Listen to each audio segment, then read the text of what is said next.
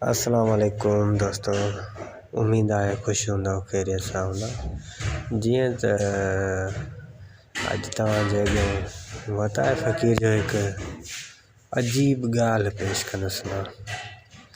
जीअं त वताये फ़क़ीर कंहिं बाज़ार मां मोटियो पंहिंजे घर पियो अचे त जंहिं महिल पंहिंजे घर जे दरवाज़े वटि पुॻो त ॾिठईं त ॿाहिरों हिकु नंढड़ो ॿारु टोरो पियो करे। त उन खां पुछा कयईं त कंहिंजो पुटु आहीं? त उन जवाबु ॾिनो त मां अलाह जो पुटु आहियां। ॿार त बादशाह हूंदा आहिनि, बसि उन चयो त मां अलाह जो पुटु आहियां।